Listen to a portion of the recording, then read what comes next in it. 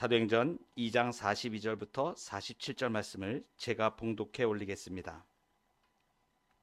그들이 사도의 가르침을 받아 서로 교제하고 떡을 떼며 오로지 기도하기를 힘쓰니라.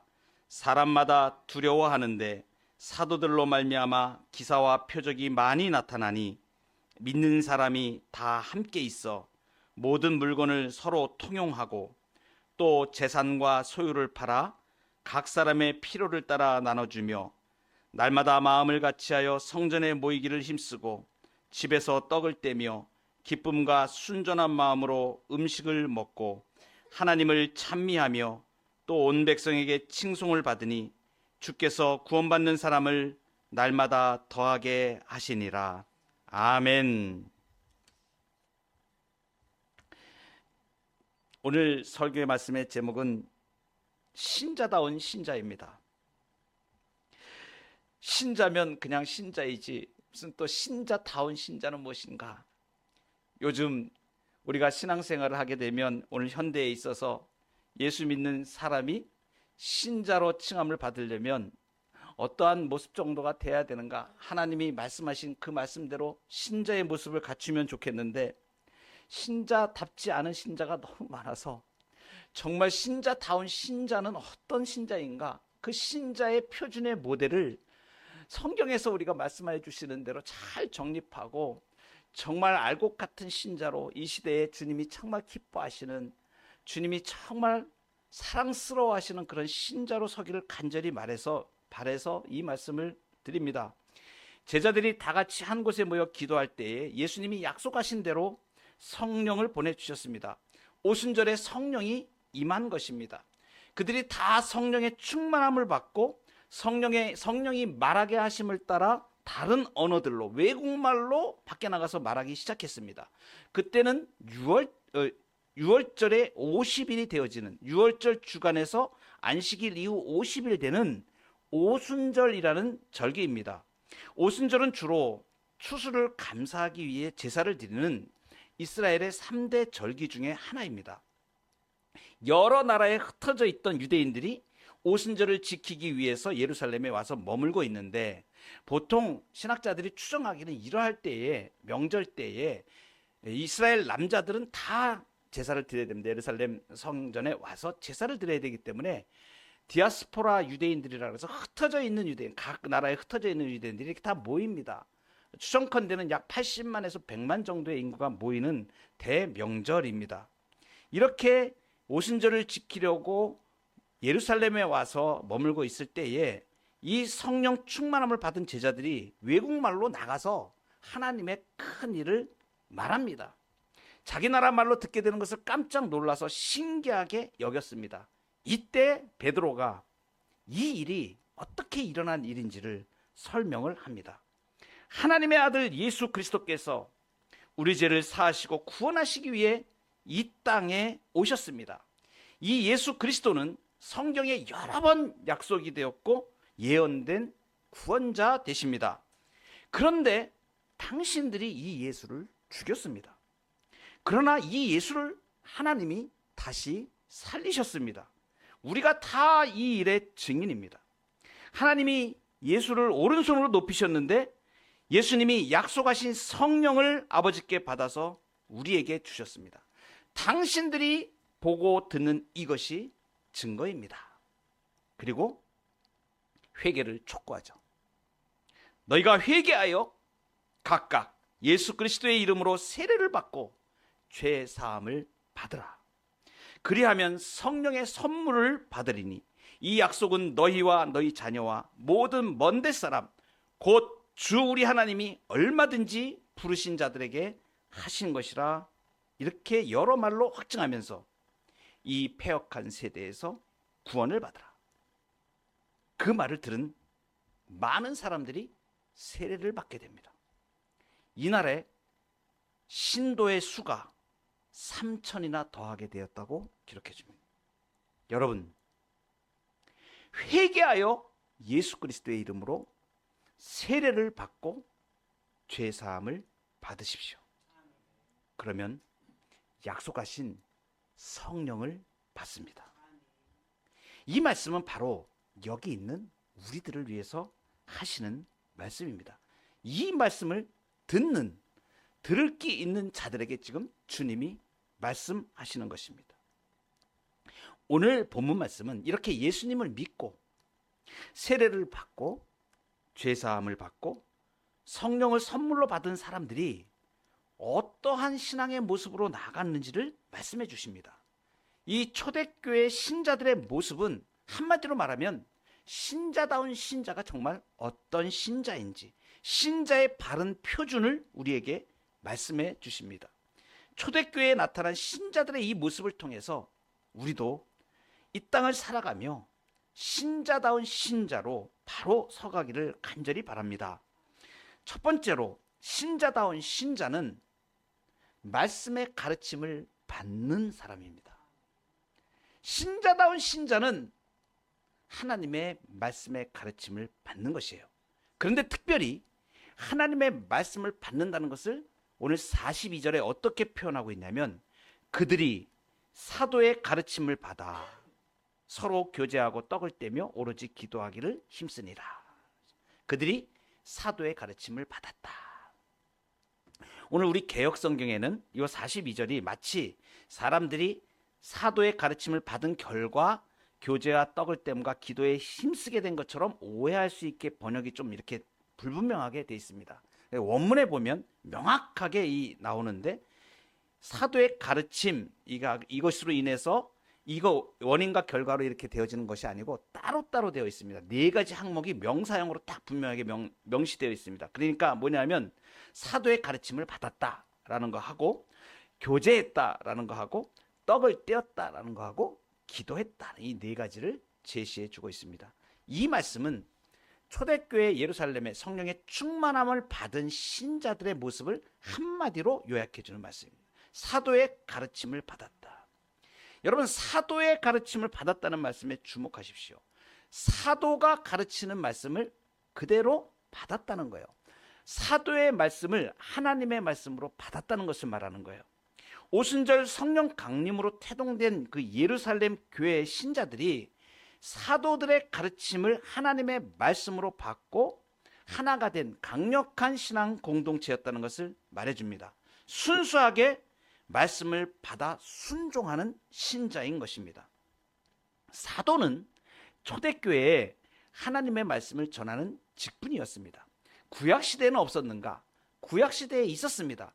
하나님께서 하나님의 말씀을 하나님의 백성들에게 전하게 하신 직분이 선지자 직분이었습니다. 그러니까 구약시대의 선지자 직분을 이어서 예수님이 이 땅에 오시면서 그 직분을 이제 사도들을 통하여서 그 말씀을 전하게 하신 것입니다. 예수님이 오셔서 사도들을 세우신 것이죠. 그래서 초대교회 시대에는 이 사도들이 하나님의 말씀을 전한 것입니다. 지금 사도들의 가르침을 받았다라는 말씀은 바로 이렇게 하나님의 말씀을 전하는 사도들의 말씀을 하나님의 말씀으로 순종하여 순결하게 받았다는 것을 말합니다. 오늘날 현대에서는 이 사도들의 가르침을 전하는 역할을 교회에 주신 직분 목사가 이 일을 감당을 합니다. 그래서 목사는 그 교회에 주의 백성들에게 하나님께서 말씀의 공급자로 하나님께서 세우셔서 주의 백성들을 살리기 위하여 말씀의 도구로 사용하시는 사람이 목사입니다.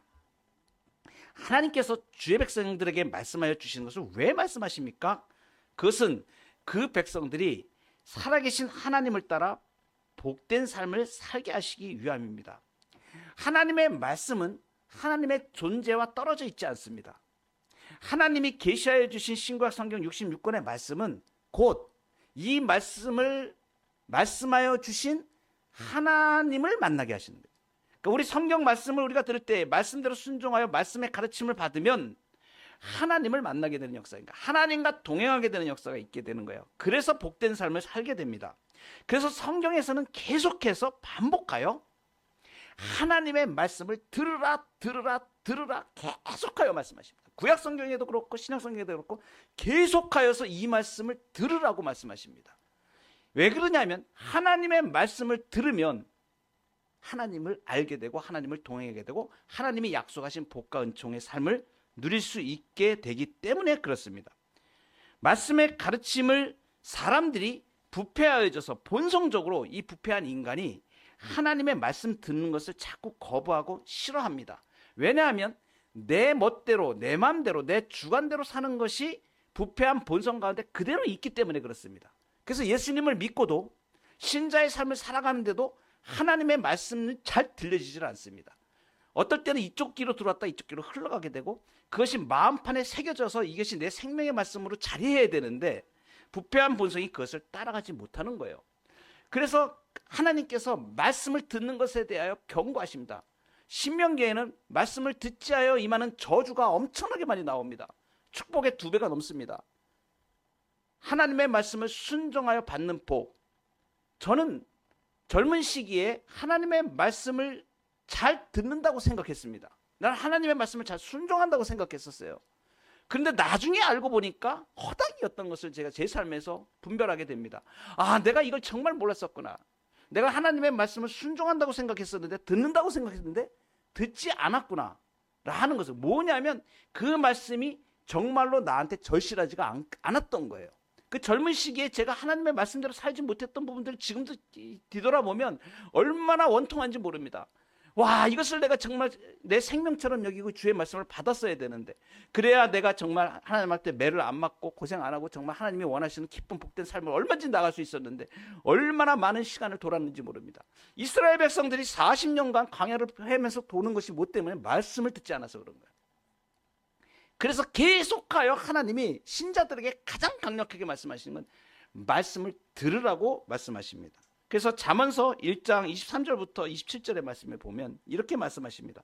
나의 책망을 듣고 돌이키라. 보라, 내가 나의 영을 너희에게 부어주며 내 말을 너희에게 보이리라. 내가 불렀으나 너희가 듣기 싫어하였고, 내가 손을 폈으나 돌아보는 자가 없었고, 도리어 나의 교훈을 멸시하며 나의 책망을 받지 아니하였은즉, 너희가 재앙을 만날 때에 내가 웃을 것이며 너희에게 두려움이 임할 때에 내가 비웃으리라. 너희의 두려움이 강풍같이 임하겠고 너희의 재앙이 폭풍같이 이르겠고 너희에게 근심과 슬픔이 임하리니. 그러니까 하나님의 말씀을 받는 것은, 하나님의 사도의 가르침을 받는 것은, 교회에서 목사님이 말씀하실 때 하나님의 말씀을 받는 것은 생명으로 직결되는 것이에요. 떨어뜨리면 안 됩니다. 놓치면 죽음입니다. 여러분, 저의 젊은 시기에서 제가 그 말씀을 제가 소홀히 하고 듣지 않았던 저의 삶의 많은 부분들을 지금도 보면서, 지금도 하나님의 말씀이 내게 들려주게 없어서, 이 말씀이 내가 깨달아지고 이것을 내가 붙잡게 해주셔서, 그래야 제가 산다는 것을 알기 때문에 죽음의 고비를 여러 번 문턱을 갔었고, 여기 말씀하신 대로 재앙도 만났고 두려움도 임했고, 삶에 하나님의 말씀이 없으면 생명이 없기 때문에 이 땅의 가치관에 붙잡혀서 절망과 공포 가운데로 끌려가는 삶으로 가게 됩니다. 불을 보듯이 명확한 사실을 지금 하나님이 말씀하시는 것이죠. 그래서 하나님이 뭐라고 말씀하십니까? 오직 내 말을 듣는 자는 평안히 살며 재앙의 두려움이 없이 안전하리라. 이 놀라운 축복의 말씀을 보십시오. 여러분, 우리의 재앙이 물러가고 우리가 두려움 없이 정말 은혜 가운데 하늘의 평강을 누리며 이 땅에 하나님이 허락하신 놀라운 복과 은혜를 살 수 있는 방법은 하나님의 말씀을 듣는 것입니다. 가르침을 받아야 됩니다. 가르침을 받을 때 주의하십시오. 여러분, 어떤 교회에 속해 있을 때 그 교회는 하나님께서 특별하게 비상한 은총을 베풀어 주시기 위한 기관으로 세우신 것이에요. 그 교회를 통하여 하나님께서 주시는 특별한 복과 은총이 있습니다. 그런데 그 속한 교회의 담임 목사님의 가르침을 받지 않고 다른 곳에서 가르침을 받게 되면 문제가 생깁니다. 왜냐하면 그 신자가 그 지역교회에 하나님께서 주신 교회에 속하게 되었을 때는 거기에 내려주시는 하나님의 특별한 은혜가 있어요. 일반적인 은혜의 모든 것들을 벗어나서 그 주신 목사님, 여러분의 담임 목사님으로 주신 그분을 통하여 공급해 주시는 놀라운 복과 은혜가 있습니다. 그래서 교회를 잘 만나는 게 복이고 목사를 잘 만나는 게 인생에서 가장 중대한 축복인 것이에요. 스승을 잘 만나는 게 얼마나 복된 일인지 모릅니다. 저는 제 평생에 제 멘토로서 제가 만난 스승님이 여러분이 계십니다. 그 중에서도 특별히 제가 몸담았던 설교자하우스의 정창균 전 합동신학대학원 총장님을 제가 만난 것이 전 인생의 가장 큰 복이라고 생각합니다. 왜 그러냐면 그분을 통하여서 그 설교자로서 제가 섬기고 간사로 섬기고 할 때에 하나님께서 저의 인생에 어떤 복을 부어주시는지를 제가 눈으로 목도하였기 때문에 그래요. 제 영이 바뀌고 제 삶이 바뀌고 제 모든 삶의 모든 은총의 혜택들이 어떻게 그렇게 그분을 만나면서 하나님께서 그 모든 복을 이끌어 가시는지 눈에 선명하게 보여요. 그래서 여러분, 교회를 만나는 것이 복이고 복된 목사님을 만나는 것이 정말 일생일대의 복입니다. 여러분, 믿음으로 섬기고 같이 그 안에서 하나님의 말씀의 복과 은혜로 통로로 주신 교회 가운데 하나님의 은혜를 경험하셔야 돼요. 그래서 제가 날마다 교회 가운데 기도할 때 기도하는 것이 겁니다. 이 자리에 들어오는 자들이 하나님을 만나고 평생에 하나님이 인생을 주도하시고 주권적으로 역사하시는 그 은혜를 경험케 하여 주옵소서. 넘어졌던 자들이 절망 가운데서 일어나고 인생 역전을 경험하고 불가능을 가능케 하는 이 역사를 보고 날마다 삶의 현장 가운데에서 일 가운데에서 가족들 문제들 가운데 하나님의 역사를 내가 이렇게 경험했다고 하는 그 간증들로 가득 차는, 정말로 하나님을 믿는 그 신앙이 어떤 것인지를 알고 체험하는 그러한 신자들이 되게 해주시기를 제가 간구를 하는 것입니다. 신자다운 신자는 말씀의 가르침을 받습니다. 하나님의 말씀에 청종합니다. 이것이 신자다운 신자의 가장 먼저 중요한 문제인 것입니다. 둘째로, 신자다운 신자는 소유권을 주님께 맡깁니다. 42절에 보면 그들이 사도의 가르침을 받아 서로 교제하며, 자, 사도의 가르침을 받았다. 그 이후에 두 번째가 서로 교제했다, 이렇게 말합니다. 이 교제하는 모습을 44절과 45절에서 아주 자세하게 말씀해 주고 있습니다. 믿는 사람이 다 함께 있어 모든 물건을 서로 통용하고 또 재산과 소유를 팔아 각 사람의 필요를 따라 나눠주며, 또 이어지는 이제 뒤에 예루살렘 초대교회가 전진하면서 4장 32절에 가보면 이렇게 말씀하십니다. 똑같은 표현이 나오는데, 믿는 무리가 한 마음과 한 뜻이 되어 모든 물건을 서로 통용하고 자기 재물을 조금이라도 자기 것이라 하는 이가 하나도 없더라. 모든 물건을 서로 통용하고 재산과 소유를 팔아서 각 사람의 필요를 따라 나눠줬다. 이 말씀을 그대로 받으면, 교회에 이제 나가게 되면 그럼 내 있는 집하고 내 모든 재산 다 팔아가지고 교회에 바치란 얘기인가? 오해하지 마시기 바랍니다. 그런 뜻이 아닙니다. 초대교회에는 자신의 땅이나 재산을 팔아서 교회 앞에 내어놓는 일이 있었습니다. 그런데 이것이 누가 강제적으로 사도들이 지시해서 한 일이 아니고 가난한 지체들을 도우려고 성도들이 자발적으로 한 행위였습니다. 이것을 이제 후대에 일어난 한 그 공산주의 이러한 그 사상에서는 흉내를 내 가지고 강제적인 폭력에 의해서 재산을 공유하게 되는데, 이것과는 전혀 다른 것입니다. 후에 나타난 이 공산주의는 초대교회와 달리 개인의 자발성을 전혀 무시하고 모든 재산을 그냥 무조건 강제적으로 공유하는 것이기 때문에 정당하지 않은 제도입니다. 오늘 우리 성경에서 말씀하시는 초대교회, 모든 물건을 서로 통용하고 또 재산과 소유를 팔아서 각 사람의 필요를 따라 나눠줬다. 이것은 성도들의 이 나눔이 각자의 믿음과 형편에 맞추어 자발적으로 일어난 것을 말합니다. 오늘날 현대교회에서도 똑같이 시행하는 그러한 모델로 삼을 수는 없습니다. 왜 그러냐면 초대교회 당시에는 그 상황에서 교회의 강력한 출발선상에 이 필요한 일들을 하기 위해서 성도들을 감동하셔서 하나님께서 그렇게 사용하신 것입니다. 초대교회의 공동체 생활 자체도 교회의 건립, 특별한 상황이죠. 그리고 복음의 신속한 확장이 필요한 이런 시대이기 때문에 비상한 이 시대적 사명을 감당하기 위해서 그 시대만에 요청되는 형태였습니다. 오늘 우리에게 이 일을 그대로 문자 그대로 적용하여 똑같이 행해야 한다는 것은 오해하면 안 됩니다. 그런데 중요한 게 하나 있습니다. 이렇게 초대교회에 일어났던 이 정신은 우리에게 그대로 지금 필요한 것입니다. 형제의 부족함을 알고 자신의 것을 아낌없이 내어주는 근본적인 사랑의 정신이 우리 신자 누구에게 각자에게 필요한 것입니다. 그런데 이렇게 섬기고 우리가 나의 것을 나눌 수 있는 것은 어떠한 자세에서 나오냐면 나의 소유권, 나의 경제권이 주님의 손에 맡겨질 때에 가능합니다. 나에게 주어진 물질, 돈, 경제적인 이 재산이 나의 것이 아니고 하나님의 것임을 알아야 합니다. 초대교회 신자들이 자기 재물을 조금이라도 자기 것이라 여기지 하는 이가 하나도 없었다, 이 말씀은 자기의 소유권을 하나님 것으로, 하나님께 맡긴 것을 말합니다. 그래서 성령이 감동하시는 것을 따라서 자기들의 재물을 나눌 수 있었던 것입니다. 제가 삼일교회 청년들, 신혼 부부들, 이제 결혼 예비 학교나 또 이런데 CCC의 젊은이들에게 가서 재정 강의를 할 때가 많이 있습니다. 그리스도인들은 어떤 경제 개념을 가지고 살아야 되는가? 이것은 제가 무슨 어떤 거부가 돼서 어떤 돈을 버는 방법을 잘 알아서 무슨 강의하러 다니는 것이 아닙니다.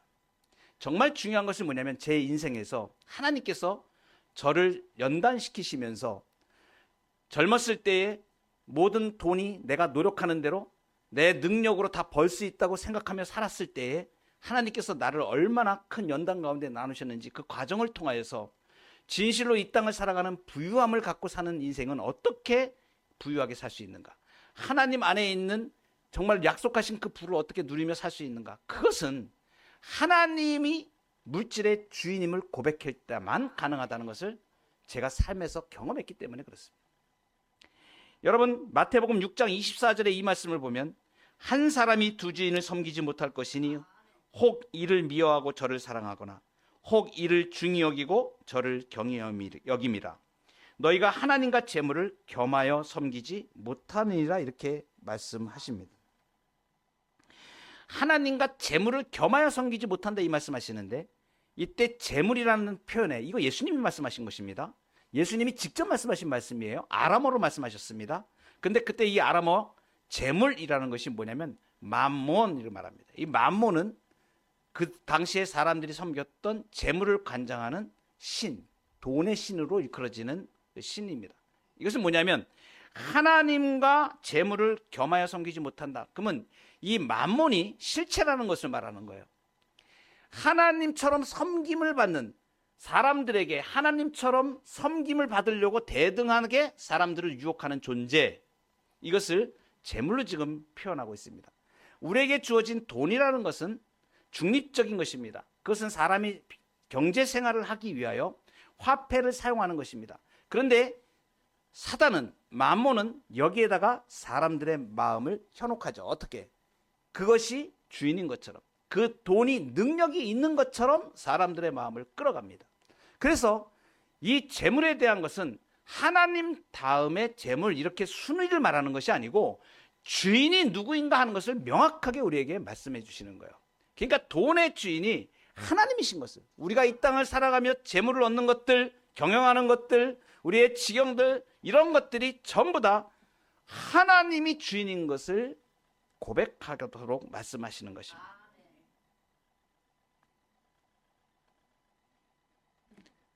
저의 간증을 잠깐 드리면, 과거에 제가 저의 능력을 믿고 한참 잘 나갈 때가 있었습니다. 우리나라 사회에서 금융 쪽에 내놓으라 하는 그러한 그룹을 만들겠다고 정말 야심차게, 하나님이 어떨 때는 정말 내 손으로 하는 일이, 이건 정말 아무도 이 노하우를 갖지 못하는 것처럼 제가 착각을 하고, 물론 굉장한 그러한 영향력이 있는 그러한 지식을 얻었었고 그랬습니다. 그런데 하나님이 그것을 사용하지 않으시니까 아무것도 소용도 없습니다. 잘 되는 것 같은 건 일시적으로 잘 될 때가 있습니다. 돈을 버는 것 같기도 하고, 다른 사람이 만지는 돈을 내가 추구해서 그것을 내 것으로 만드는 기가 막힌 방법을 제가 가지고 있다고 착각하면서 살았던 인생입니다. 쫄딱 망했습니다. 자신을 믿고 하나님을 의지하지 않을 때에 어떻게 철저하게 망할 수 있는지를 제 삶을 통해서 하나님이 증명을 하신 거예요. 그리고 그 넘어지신 거, 쓰러진 자리에서 얼마나 비참한지 모릅니다. 시청에서 부천까지 차비 1,000원이 없어가지고 엉엉 울면서 비가 내리고 있는데 얼마나 처량한지 모릅니다. 그렇게 고통스러운 삶. 집에 들어가면 애들 학비가 없어가지고 얼마나 쩔쩔거리면서 정말 비참한 삶을 집은 다 차압당해가지고 밖에 내 길거리에 내앉고 부채는 있는 대로 다져가지고 인생에 소망 없이 아무것도 내 힘으로 할 수 없는 그 단계까지 하나님께서 완전히 나를 시궁창 끝까지 몰아넣으셔가지고 거기서 깨닫게 하시는데 얼마나 내가 하나님 앞에 이렇게 이 물질을 주인을 하나님을 알지 못하고 살았는가. 헌금하는데 다 눈속임으로 하고 겉으로 드러내게 하고 11조는 다 떼어먹고 하나님 거 다 떼어먹고 믿는다고 하면서 신앙생활 한다고 하면서 그렇게 살았던 삶이에요. 그리고 엉엉 울면서 마이너스 통장 몇 천만 원 되고 빚 때문에 얹어가지고 채권자들한테 쫓겨다니고 이런 비참한 삶을 살면서 제가 그때 땅을 치면서 하나님 앞에 몸부림을 치면서 그렇게 힘들 때 제가 어떻게 했는지 아십니까? 결단하고 그때 제가 비로소 느꼈어요. 하나님이면 나를 구원하실 수 있습니다. 나를 돌이키실 수 있습니다. 그리고 그때부터 제가 정말 물질의 주인이 하나님이신 것을 고백합니다. 마이너스 통장을 긁어서 헌금을 했습니다. 정말 하나님이 살아계시면 내 인생 바꾸시는지 안 바꾸시는지 한번 보자고. 그러면서 제가 마이너스 통장 긁어가지고 굶어 죽어 먹을 것도 없는데 여보 우리 이거 다 헌금하고 죽든지 살든지 하나님 앞에 헌금이 제대로 한번 해봅시다. 헌금이 무슨 뭐 행위가 구원하는 거 아니에요. 11조가 사람을 구원하는 건 아닙니다. 그런데 무엇을 제가 말씀드리냐면 내 소유권, 내 경제권의 주인이 누구냐를 고백하는 이 신앙이 제일 중요하다는 거예요. 이걸 못하면 평생에 거렁뱅이로 삽니다. 여러분 저는 그걸 경험했기 때문에 명확하게 여러분들에게 말씀드리는 거예요. 평생을 살아가면서 살아계신 하나님께 경제의 주도권을 드리십시오. 그러면 하나님께서 해결하세요. 하나님이 우리의 삶을 책임져 주시는 것을 이것을 경험하여야 인생에서 두려움 없이 살 수 있습니다. 주변에 보면 돈 때문에 무너지는 사람들 얼마나 많은지 모릅니다. 요즘도 좀 보면 돈 문제 때문에 이 영적인 싸움이 있기 때문에요. 이 돈 문제를 가지고 사람을 넘어뜨립니다. 사단이. 소유권이 그냥 내가 신앙생활 하는데 내 소유권이 나인 경우에는 언제든지 시한 폭탄을 지금 안고 있는 거예요. 언제 넘어질지 모릅니다. 폭발합니다. 하나님께 맡겨야 됩니다. 내 모든 행하는 것들, 돈에 대한 것들, 앞으로 걸어가는 걸음, 결정하는 것, 계약하는 것 한 가지도 정말 하나님의 말씀과 은혜 가운데 거하여 가야 되는 것입니다. 그래서 주인으로 하나님이 주인 되신 것을 믿고 맡기고 하나님의 가치 가운데에서 경제의 소유권을 하나님이 운행하시도록 맡겨드리는 삶이 되어야 됩니다. 이것이 성도의 삶에 이루어질 때 교회가 이것을 통하여 힘을 얻게 되고 물질이 제대로 하나님께서 원하시는 대로 흘러가시고 하나님이 사용하시는 대로 교회의 물질들을 사용해 가십니다. 지금도 제가 우리 교회에 지금 재정을 사용하는 모든 문제를 놓고 기도할 때마다 하나님 내가 허튼 거 하지 않게 하나님이 주인 되셔서 이것을 사용하시는 일에 내가 눈이 영적으로 깨어서 그것을 분별할 수 있게 하시고 욕심을 위하여 사용하지 않게 하시고 어떤 교회에 제가 그 말씀을 들었어요. 헌금통 하나를 바꾸지 않고 몇십 년을 그대로 사용한답니다. 얼마나 많이 선교하는지 몰라요. 선교사님들 다 후원하고 그러면서 자기 교회에 헌금통은 옛날 거 30년 거 그냥 그전 바꾸지 않고 수많은 사람들이 그 바꿉시다 얘기했는데 목사님이 그것은 하나님이 필요하실 때 우리가 바꾸죠. 우리는 하나님의 은혜대로 우리에게 주어진 일들을 그렇게 사용하도록 그래서 물질에 욕심내지 않고 현상에 주눅들지 않고 하나님이 진짜 원하시는 대로 물질의 통로가 되어져서 하나님 나를 우리를 그렇게 사용하여 주소서.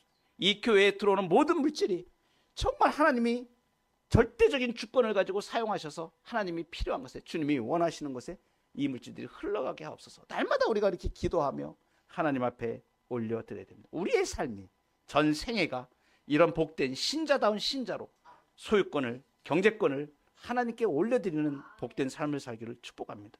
마지막으로 신자다운 신자는 경건 생활에 힘씁니다. 42절에 보면 그들이 사도의 가르침을 받아 서로 교제하고 떡을 떼며 오로지 기도하기를 힘쓰니라 그랬습니다. 떡을 뗐다 이렇게. 거기 46절에 보면 날마다 마음을 같이하여 성전에 모이기를 힘쓰고 집에서 떡을 떼며 기쁨과 순전한 마음으로 음식을 먹고 이렇게 나옵니다. 예배하는 신자입니다. 복된 신자는 예배당을 좋아해야 됩니다. 수시로 예배당에 와서 기도도 하고 찬송도 부르고 예배당에 붙어 있으면 하나님께서 그 심령의 은혜를 주셔서 그 예배하는 자를 통하여서 그 예배를 받으시고 그 삶을 이끌어 가시게 됩니다. 떡을 뗐다는 것은 단순한 식사가 아닌 성찬을 말합니다. 성찬은 예수 그리스도의 죽으심을 기념하는 예식입니다. 예수 그리스도께서 전 인격으로 신자들과 연합하시니까 예배 가운데로 그 예수 그리스도의 날마다 우리가 예배 가운데로 나올 때 예수 그리스도의 몸과 예수 그리스도의 피를 먹으면서 그 상징하는 그 떡과 포도주를 먹음으로 성찬에 우리가 참여합니다. 십자가에 죽으신 의미가 무엇인지를 눈으로 보고 입으로 맛보며 분명하게 확인하는 것입니다. 그래서 성찬에 참여하고 예배에 참여했을 때 이 예배를 통해서 우리가 삶에서 잃어버렸던 힘, 육신의 양식을 밥을 먹지 않으면 어떻게 돼요? 힘들잖아요. 지치잖아요. 힘도 없잖아요. 마시지 못하면 힘이 없잖아요. 그런데 주일날 이렇게 와서 하나님의 말씀을 듣고 예배 가운데 하나님의 임재를 경험하고 하나님이 하늘로부터 주시는 참된 평강과 영의 양식을 먹고 예수님이 주시는 예수님의 살과 피를 먹음으로 육적인 힘을 공급하듯이 이 영적인 힘도 우리가 공급받아서 참된 기쁨과 평안과 감사의 삶으로 나아가는 것입니다. 그래서 신자다운 신자는 예배에 목숨을 겁니다. 예배가 생명처럼 여겨져서 이것이 나의 삶의 가장 소중한 것이 하나님 앞에 예배로 나아가는 신자입니다. 마지막으로 기도에 힘쓰시기 바랍니다. 사도행전은 기도행전이라고 할 만큼 기도를 강조합니다. 제자들이 감람원이라 하는 산에서 예루살렘으로 돌아서 처음 다락방에서 오로지 기도에 힘쓰더라. 사도 마띠아를 뽑을 때도 그들이 기도하여 했습니다. 2장에 들어와 사도행전 2장에 들어와서는 한 곳에 모여 기도할 때에 성령이 임하셨습니다.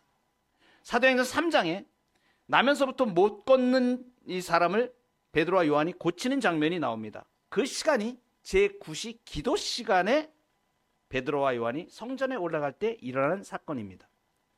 사울이 나중에 바울로 변하는데 예수님을 믿는 자를 핍박하여 다메섹으로 가다가 거기서 부활하신 예수님을 만나고 눈이 멀어서 사람들에게 이끌려서 다메섹에 들어갑니다. 거기서 사흘 동안 먹지도 마시지도 않고 기도하고 있었습니다. 기도하는 중이었답니다. 가이사랴의 로마 군대의 백부장 고넬료가 하나님께 항상 기도하더니 그래서 기도할 때에 사람을 무드장이 집에 머물고 있는 베드로를 초청하여 오라고 이렇게 하나님의 지시하심을 받습니다. 기도할 때 일어나는 일입니다. 베드로가 그 집 2층에서 기도하고 있다가 하나님의 환상을 보게 되죠. 기도할 때입니다. 여러분, 기도할 때에 역사가 일어납니다. 신자가 기도할 때 사단의 경관진이 무너지고 우리 가운데 묶여있던 얽혀있었던 문제들이 해결되어 갑니다. 하나님이 역사하시는 것이에요. 그래서 신자가 기도할 때는 그 기도를 통하여서 하나님이 살아계심을 증명하시는 창구가 되는 거예요. 기도하여 하나님 앞에 은혜의 삶을 사시기를 축복합니다. 최근에 제가 우울한 소식을 듣습니다. 우리 교회 시국에서 오신 한 선교사님이 계시는데 날마다 그쪽 소식을 제가 듣는데 얼마나 암담한지 모릅니다. 예배가 폐쇄되고 모이지 못하고 기도하기 힘들고 그래서 혼자서 숨어서 골방에서 기도하는 주의 성도들이 얼마나 많은지 이렇게 우리가 함께 모여서 기도하고 감람산 기도에 모여서 기도하고 기도할 수 있는 시간이 항상 주어진 것이 아닙니다. 저는 요즘 그런 소식을 들을 때마다 우리가 기도할 수 있으면 얼마나 행복한 일인가. 마음껏 내가 이 자리에 와서 기도하고 하나님께 부르짖고 우리 좋으신 아버지 하나님께 나의 모든 속사정을 아뢰고 하나님의 은혜를 구하며 나갈 때 이것이 얼마나 복된 일인가. 신자다운 신자는 기도에 힘쓰는 사람입니다. 이 복과 은혜가 우리에게 충만하기를 축복합니다.